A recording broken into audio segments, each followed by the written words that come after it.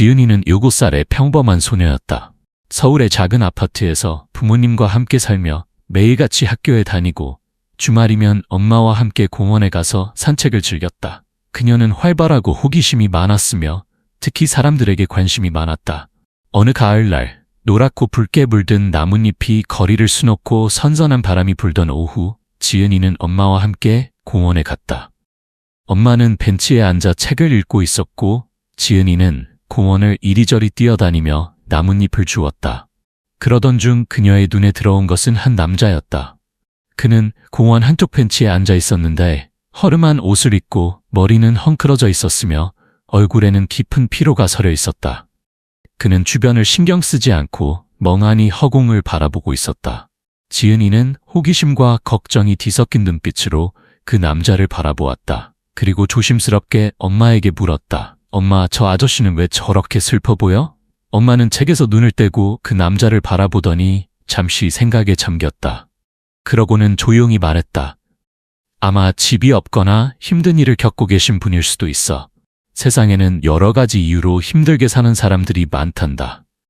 지은이는 가만히 그 말을 되새겼다. 그녀는 남자를 다시 바라보았다. 그의 어깨는 축 처져 있었고 손은 무릎 위에서 힘없이 놓여 있었다. 무엇보다 그의 눈은 너무나 쓸쓸해 보였다. 그녀는 가슴속 깊이 뭔가 따뜻한 감정을 느꼈다. 마치 찬 바람이 불어오는 날 따뜻한 난로를 보고 싶은 기분이었다. 엄마, 저 아저씨한테 샌드위치를 주면 안 돼? 엄마는 순간 당황한 듯했다. 하지만 딸의 눈빛을 보자 곧 부드럽게 미소 지으며 고개를 끄덕였다. 그래, 우리 편의점에 가서 맛있는 걸 사서 드리자. 지은이는 엄마와 함께 편의점으로 갔다. 여러 가지 음식이 있었지만 그녀는 가장 크고 맛있어 보이는 치킨 샌드위치를 골랐다. 엄마는 음료수도 하나 추가로 샀다. 다시 공원으로 돌아왔을 때 남자는 여전히 같은 자세로 벤치에 앉아 있었다. 지은이는 주저없이 그에게 다가갔다. 그녀의 작은 손에 들린 샌드위치가 흔들렸다. 아저씨. 남자는 고개를 들어 그녀를 바라보았다. 그녀의 맑고 호기심 가득한 눈이 자신을 향하고 있었다. 한동안 아무 말 없이 그녀를 바라보던 남자는 마침내 조용히 물었다. 왜 그러니? 지은이는 환하게 웃으며 샌드위치를 내밀었다. 이거 드세요. 맛있어요. 남자는 순간 얼어붙었다. 그는 손을 들어 자신의 옷을 내려다보았다. 얼룩진 소매, 거칠어진 손가락, 깎지 않은 손톱, 그리고 다시 눈앞의 작은 소녀를 바라보았다. 이걸 나한테 주는 거니? 네, 아저씨 배고프죠? 많이 드세요. 그 순간 남자의 눈동자가 흔들렸다. 입술이 떨렸고 손이 조심스럽게 앞으로 나아갔다. 그는 마치 꿈을 꾸는 듯한 표정으로 샌드위치를 받아들었다. 정말 고맙구나. 남자는 힘겹게 미소를 지었다. 그리고는 포장을 조심스럽게 뜯어 한 입 베어 물었다. 부드러운 빵과 따뜻한 치킨의 맛이 입안에 퍼졌다. 얼마나 오랜만에 먹는 따뜻한 음식인가.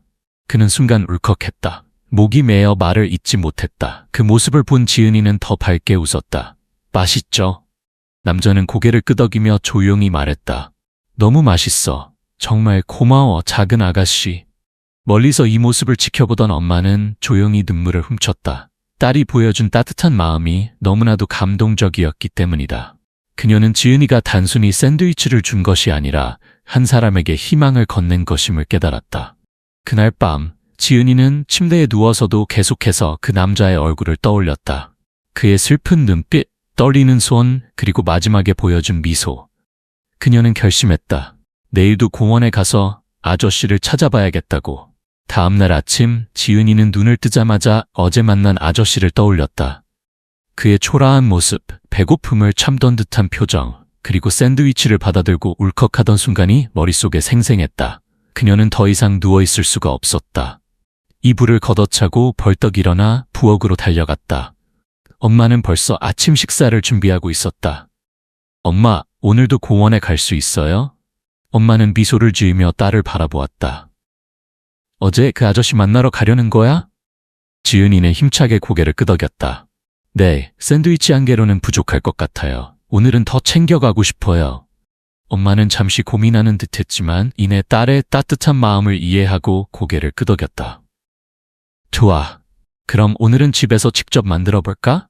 그 말이 끝나기가 무섭게 지은이는 반짝이는 눈빛으로 앞치마를 두르고 엄마 옆에 섰다. 엄마는 부드러운 식빵을 꺼내고 치킨과 신선한 채소를 준비했다. 마요네즈를 살짝 바르고 노릇하게 구운 닭고기를 올려 정성껏 샌드위치를 만들었다. 지은이는 작은 손으로 치즈를 올리고 빵을 덮었다. 샌드위치를 예쁘게 포장한 후 작은 메모지를 꺼내 귀엽게 글씨를 적었다. 아저씨 오늘도 맛있게 드세요. 힘내세요. 엄마는 그 모습을 흐뭇하게 바라보았다. 그녀는 딸이 단순히 음식을 주는 것이 아니라 진심으로 누군가를 걱정하고 있다는 것을 알 수 있었다. 모든 준비를 마친 지은이는 엄마와 함께 다시 공원으로 향했다. 바람이 살랑살랑 불고 낙엽이 길을 덮고 있었다. 벤치 근처에 도착했을 때 그녀는 두리번거리며 아저씨를 찾았다. 하지만 벤치에는 아무도 없었다. 어제 앉아있던 자리는 텅 비어 있었고 주변에는 그의 흔적조차 남아있지 않았다. 지은이는 당황했다. 엄마, 아저씨 어디 가신 걸까요? 엄마는 조심스럽게 주위를 둘러보며 말했다. 글쎄, 어쩌면 다른 곳으로 가셨을 수도 있고 혹시 어디 아프셔서 못 나오신 걸 수도 있어. 지은이는 낙심한 듯 한숨을 쉬었지만 곧 마음을 다잡았다. 그래도 조금 더 기다려볼래요? 그녀는 벤치 옆에서 서성이며 아저씨가 나타나기를 기다렸다. 시간이 지나도 그는 나타나지 않았다. 그녀는 주변을 돌아다니며 공원의 다른 벤치들도 살펴보았다. 그러나 끝내 그를 찾을 수 없었다. 그날 저녁 지은이는 침대에 누워서도 계속해서 아저씨를 떠올렸다. 어쩌면 그는 정말 어디론가 떠난 걸까? 아니면 무슨 일이 생긴 걸까? 어쩌면 아저씨는 자신이 여기 오는 걸 원하지 않는 걸까? 수많은 생각들이 머릿속을 맴돌았다. 그녀는 결심했다. 내일도 공원에 가보자. 다음 날도, 그 다음 날도 지은이는 매일 공원에 갔다. 날이 갈수록 아저씨에 대한 걱정이 커졌다. 공원의 벤치마다 그의 모습을 찾았지만 그는 어디에도 없었다. 그녀는 편의점에 샀던 샌드위치를 혼자 들고 서서 아저씨가 오기를 기다렸다. 하지만 결국 샌드위치는 그녀의 손에 남아 있었다. 아저씨, 어디 계세요? 그렇게 며칠이 지났다.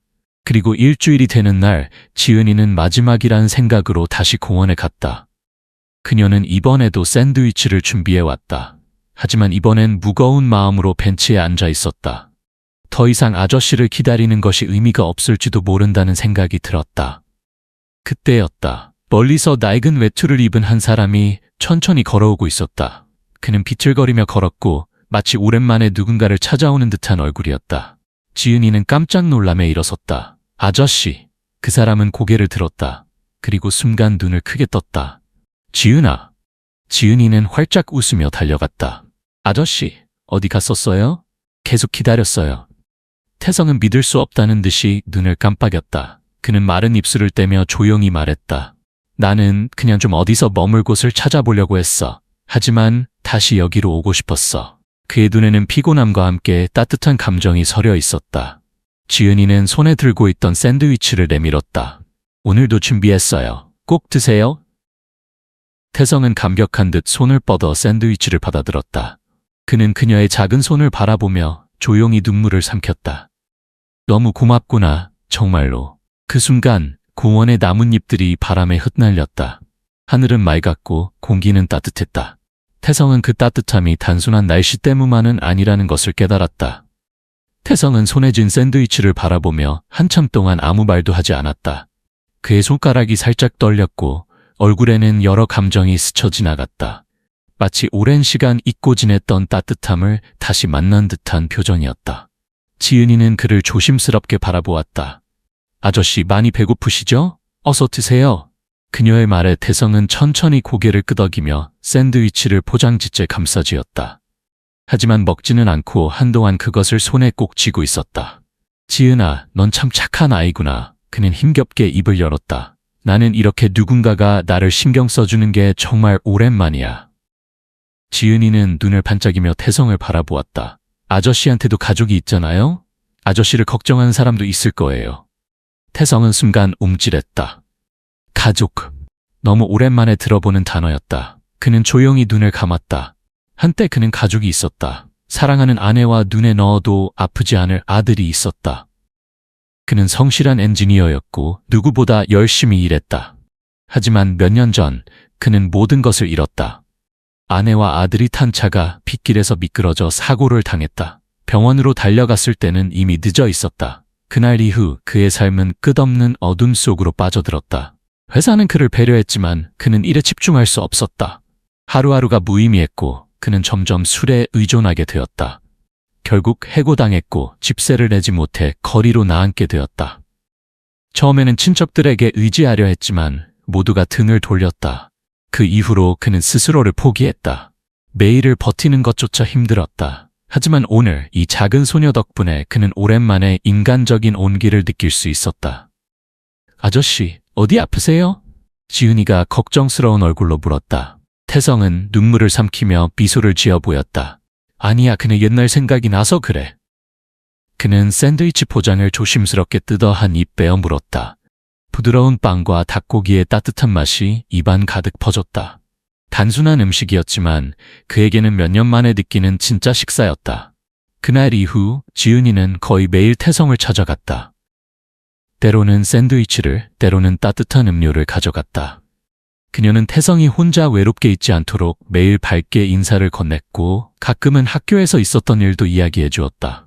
태성은 오랫동안 잊고 지냈던 기분을 느꼈다. 누군가가 자신의 이야기를 듣고 자신의 존재를 인정해 준다는 느낌. 어느 날 지은이는 작은 봉투를 내밀었다. 아저씨, 이거 받아요. 태성은 당황하며 봉투를 바라보았다. 이게 뭐야? 새 장갑이에요. 아저씨 손이 너무 차가워 보여서요. 태성은 얼어붙은 듯 봉투를 받아들었다. 그는 조심스럽게 봉투를 열어 안을 들여다보았다. 거기에는 털이 보송보송한 장갑 한 쌍이 들어있었다. 그리고 그 밑에는 작은 쪽지가 들어있었다. 아저씨, 손 시리지 않게 꼭 끼고 다니세요. 그리고 꼭 힘내세요. 그의 가슴이 뻐근해졌다. 그는 천천히 장갑을 꺼내 손에 끼워 보았다. 따뜻했다. 너무나도 따뜻했다. 마치 몇 년 전 그가 아내와 아들에게서 받았던 온기처럼 그는 갑자기 북받쳐 오르는 감정을 참을 수가 없었다. 고마워 지은아, 정말 고맙다. 그의 목소리는 떨렸다. 지은이는 해맑게 웃으며 말했다. 아저씨, 이제 우리 친구예요. 그러니까 아저씨도 저랑 약속해 주세요. 태성은 순간 멈칫했다. 무슨 약속? 아저씨가 언젠가 꼭 다시 행복해지겠다고 약속해 주세요. 태성은 그녀를 바라보았다. 그녀의 눈에는 한 점의 망설임도 없었다. 그는 잠시 말을 잇지 못하다가 결국 조용히 고개를 끄덕였다. 그래, 약속할게. 그날 밤 태성은 오랜만에 한숨도 자지 못했다. 가로등 불빛이 희미하게 들어오는 벤치에 앉아 그는 하늘을 바라보았다. 그는 오랜 시간 동안 자신의 삶을 포기하고 살아왔다. 하지만 지금 단 한 사람, 그것도 어린 소녀 한 명이 자신에게 다시 살아야 할 이유를 주고 있었다. 내가 다시 시작할 수 있을까? 그는 조용히 손에 낀 장갑을 꼭 쥐었다. 태성은 그날 밤 벤치에 앉아 하늘을 바라보며 오랜만에 깊은 생각에 잠겼다. 지은이가 내민 따뜻한 장갑을 손에 꼭 쥐고 있자니 가슴 속에서 오랫동안 느끼지 못했던 감정이 차오르는 것을 느꼈다. 그는 정말로 다시 살아갈 수 있을까? 수년간 거리에서 방황하며 살아온 자신에게 그런 기회가 있을까? 하지만 지은이의 밝은 미소와 맑은 눈동자가 머릿속에서 떠나지 않았다. 아저씨가 언젠가 꼭 다시 행복해지겠다고 약속해 주세요. 그녀의 그 말이 계속해서 귓가에 맴돌았다. 그는 깊은 한숨을 내쉬며 눈을 감았다. 다음 날 아침, 태성은 평소보다 일찍 눈을 떴다. 언제나처럼 몸이 뻐근하고 차가운 공기가 피부를 파고들었지만 이상하게도 마음은 조금 가벼웠다. 그는 일어나서 몸을 털고 공원 근처의 작은 공중 화장실로 향했다. 거울에 비친 자신의 모습을 보자 한숨이 절로 나왔다. 헝클어진 머리, 초췌한 얼굴, 거칠어진 피부. 그는 한참 동안 거울을 바라보다가 조용히 물을 틀어 얼굴을 씻었다. 차가운 물이 피부를 스치자 정신이 번쩍 들었다. 그리고 그는 천천히 입술을 굳게 다물었다. 그날도 어김없이 지은이는 공원에 찾아왔다. 그녀는 태성을 보자마자 환하게 웃으며 손을 흔들었다. 아저씨, 오늘도 왔네요. 태성은 살짝 미소를 지으며 고개를 끄덕였다. 그래, 약속했으니까. 그는 이제 조금씩 스스로를 변화시키기로 마음먹었다. 지은이와 함께 벤치에 앉아 이야기를 나누던 중 그녀가 작은 종이봉투를 내밀었다. 이거 받아요. 엄마가 준 거예요. 태성이 봉투를 열어보니 안에는 김밥과 따뜻한 차가 들어있었다. 그의 눈이 흔들렸다. 이렇게까지 신경 써줘서 정말 고맙구나. 지은이는 고개를 갸웃거리며 말했다. 그런 말 하지 마세요. 아저씨는 좋은 사람이에요. 그 순간 태성은 무언가 결심한 듯했다. 그는 고원에서 며칠을 더 보낸 후 직접 발걸음을 옮겨 구직센터를 찾아갔다. 거리에서 오랜 시간 살아온 탓에 몸도 마음도 지쳐 있었지만 그는 포기하지 않았다. 그는 천천히 상담원에게 자신의 이야기를 꺼냈다. 처음에는 떨리는 목소리였지만 상담원은 그의 이야기를 끝까지 들어주었다. 일단 기초적인 지원부터 받아보시는 게 좋겠습니다. 당장 일자리를 구하기 어려우시면 무료 쉼터를 이용해 보시는 것도 방법이에요. 상담원의 조언을 듣고 그는 주어진 서류를 받아들었다. 하지만 모든 것이 순조로운 것은 아니었다. 오랫동안 사회와 단절된 생활을 해왔던 그는 다시 적응하는 것이 쉽지 않았다. 쉼터에 들어가기로 결심했지만 새로운 환경이 낯설고 불편했다. 그리고 무엇보다도 자신의 과거가 계속해서 발목을 잡았다. 그는 과연 다시 정상적인 생활을 할 수 있을까? 그럼에도 불구하고 그는 포기하지 않기로 했다. 지은이와의 약속이 있었기 때문이다. 며칠 후 태성은 공원을 다시 찾았다. 그는 오랜만에 지은이를 만났다. 아저씨, 어디 갔다 오셨어요? 지은이는 반갑게 뛰어와 물었다. 태성은 살짝 웃으며 말했다. 나 다시 일해보려고 노력 중이야. 그녀의 눈이 반짝였다. 정말요? 아저씨 대단해요. 그 말 한마디가 그에게 얼마나 큰 힘이 되는지 지은이는 몰랐다. 그러나 인생은 생각처럼 쉽지 않았다. 그는 몇 군데 일자리를 알아보았지만 거리에서 지낸 이력 때문에 쉽게 받아주는 곳이 없었다. 하지만 그는 포기하지 않고 계속해서 발로 뛰었다. 그리고 마침내 한 건설 현장에서 일할 기회를 얻었다. 비록 힘든 육체노동이었지만 그는 주어진 기회를 소중히 여겼다. 어느 날 그는 지은이에게 작은 선물을 준비했다. 그것은 작은 곰 인형이었다. 이거 너한테 주고 싶어. 지은이는 눈을 동그랗게 뜨며 기뻐했다. 우와, 너무 귀여워요. 아저씨가 직접 사신 거예요? 태성은 머쓱하게 웃으며 말했다. 응, 너한테 늘 고마웠으니까. 지은이는 인형을 꼭 끌어안으며 환하게 웃었다. 그날 밤 태성은 처음으로 자신이 조금씩 변하고 있음을 실감했다. 그는 여전히 힘든 길을 걷고 있었지만 이제는 혼자가 아니었다. 누군가가 자신을 응원하고 있다는 사실만으로도 그는 다시 일어설 용기를 얻었다. 태성은 여전히 매일 새벽같이 일어났다. 건설 현장에서 일하는 것은 쉽지 않았지만 그는 이를 악물고 버텼다. 매일 땀을 흘리며 무거운 자재를 나르고 온몸이 먼지투성이가 되었지만 그는 더 이상 예전처럼 절망 속에 머무르지 않았다. 몇 달 전까지만 해도 거리에서 하루하루를 버티는 것조차 힘들었지만 지금 그는 자신에게 주어진 일에 최선을 다하고 있었다. 그는 더 이상 자신을 불행한 사람이라고 여기지 않았다. 그는 변화하고 있었다. 그리고 그 변화의 시작에는 한 작은 소녀가 있었다. 지은이는 여전히 그를 찾아왔다. 매주 주말이 되면 공원에서 만났고 때로는 간식을 가져오거나 학교에서 있었던 재미있는 이야기를 들려주었다. 태성은 그런 그녀를 보며 자신도 모르게 웃음을 짓곤 했다. 그녀는 여전히 밝고 따뜻한 아이였다.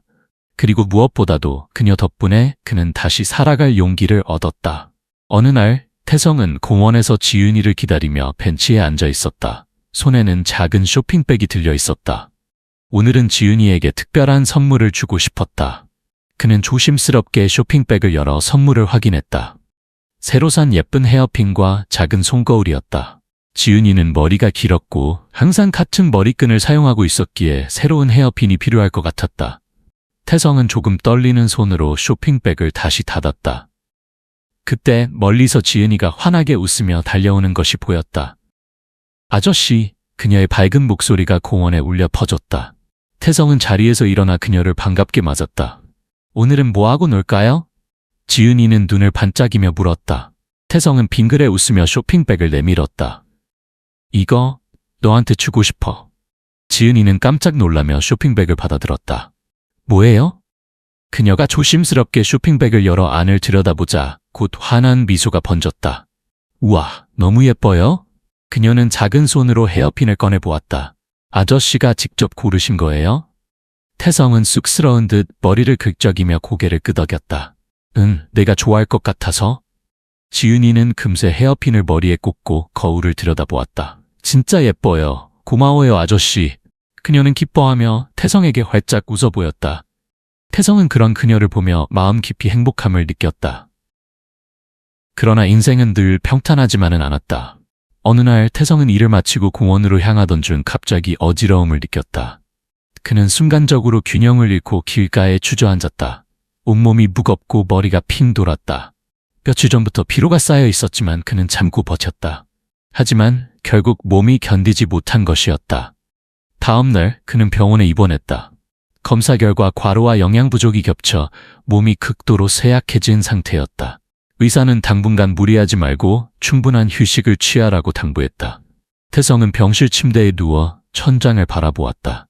그는 다시 예전처럼 나락으로 떨어지는 걸까? 두려움이 밀려왔다.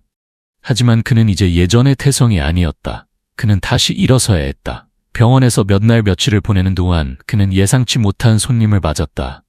문이 열리더니 지은이가 작은 바구니를 들고 병실 안으로 들어왔다. 아저씨. 그녀는 걱정스러운 얼굴로 그를 바라보았다. 괜찮아요? 태성은 그녀를 보자 순간 목이 베었다. 어떻게 알고 왔어? 지은이는 씩 웃으며 말했다. 엄마가 가르쳐줬어요. 아저씨가 아프다고 해서 너무 걱정됐어요. 그녀는 바구니에서 과일을 꺼내 그의 옆 탁자에 올려놓았다. 이거 먹으면 빨리 나을 거예요. 태성은 그런 그녀를 보며 눈시울이 뜨거워졌다. 그는 천천히 손을 뻗어 지은이의 작은 손을 잡았다. 고마워, 지은아. 그의 목소리는 떨리고 있었다. 너 아니었으면 나는 아직도 길 위에서 방황하고 있었을 거야. 지은이는 조그맣게 웃으며 그의 손을 꼭 잡았다. 아저씨는 절대 혼자가 아니에요. 그날 이후 태성은 더욱더 건강을 회복하기 위해 노력했다. 병원에서 치료를 마친 후 그는 더욱 성실하게 일했고 돈을 차곡차곡 모았다. 몇 개월 후 그는 작은 고시원 방을 얻었다. 비록 크지 않은 공간이었지만 그에게는 너무나도 소중한 첫걸음이었다. 그는 더 이상 거리에서 잠들지 않았다. 그는 다시 사회로 돌아가고 있었다. 어느 날 그는 공원에서 지은이를 만났다. 아저씨, 좋은 소식 있어요? 지은이가 신나게 물었다. 태성은 미소를 지으며 고개를 끄덕였다. 응, 이제 나한테도 집이 생겼어. 지은이는 깜짝 놀라며 환하게 웃었다. 진짜요? 축하해요, 아저씨. 그녀는 기쁨을 감추지 못하고 태성을 향해 손뼉을 쳤다. 태성은 그녀를 바라보며 따뜻하게 웃었다. 그날 저녁, 그는 고시원 창가에 앉아 오랜만에 편안한 마음으로 창밖을 바라보았다. 차가운 거리에서 지새운 밤들, 절망 속에서 홀로 울었던 순간들, 그리고 지은이와의 만남. 모든 것이 떠올랐다. 그는 이제 다시 시작할 수 있었다. 그리고 그는 그 길을 끝까지 걸어갈 것이다.